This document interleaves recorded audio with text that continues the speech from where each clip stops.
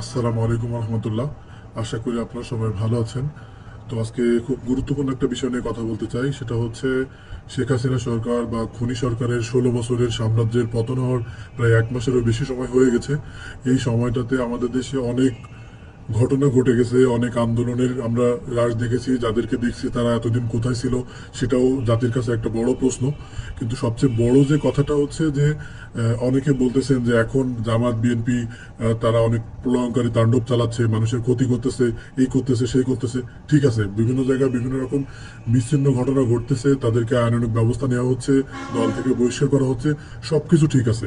কিন্তু যারা আওয়ামী লীগের দোসর বা আওয়ামী লীগের দালাল আছেন, তারা তাদেরকে এমন একজন নেতা বা এমন একজন কর্মীকে কি আজ পর্যন্ত দেখছেন যে তারা এসে জাতির সামনে কথা বলছে যে আমরা ভুল করছি এতদিন তাই আমাদের পতন হয়েছে? না, তারা কিন্তু চাচ্ছে যে ইউনূস সরকার চলে যাক, ডক্টর ইউনূস স্যারকে তারা বিদায় করে দিবে, তারা মাঠে নামবে, তারা এই করবে, তারা সেই করবে।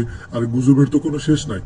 তো আসলে তারা কি চায়? তারা নাকি মুক্তিযুদ্ধের সপক্ষের শক্তি, তারা নাকি বাংলাদেশের মানুষের ভালো চায়। তাহলে তারা যদি বাংলাদেশের মানুষের ভালোই চাইতো, তাহলে এতদিন মানুষের ভোটাধিকার হরণ করে ক্ষমতায় থেকে তারা এই অত্যাচার, নির্যাতন, জুলুম করতে পারতো না। আর এত কিছুর পরেও যখন তাদেরকে মানুষ বিদায় করে দিছে, তাদের নেত্রী দেশ থেকে পালিয়ে গেছে, তখন তারা কি করতেছে? গুজব ছড়াচ্ছে, মানুষের মনে ভীতি সৃষ্টি করতেছে, অনলাইনে বিভিন্ন রকম প্রোপাগান্ডা চালাচ্ছে।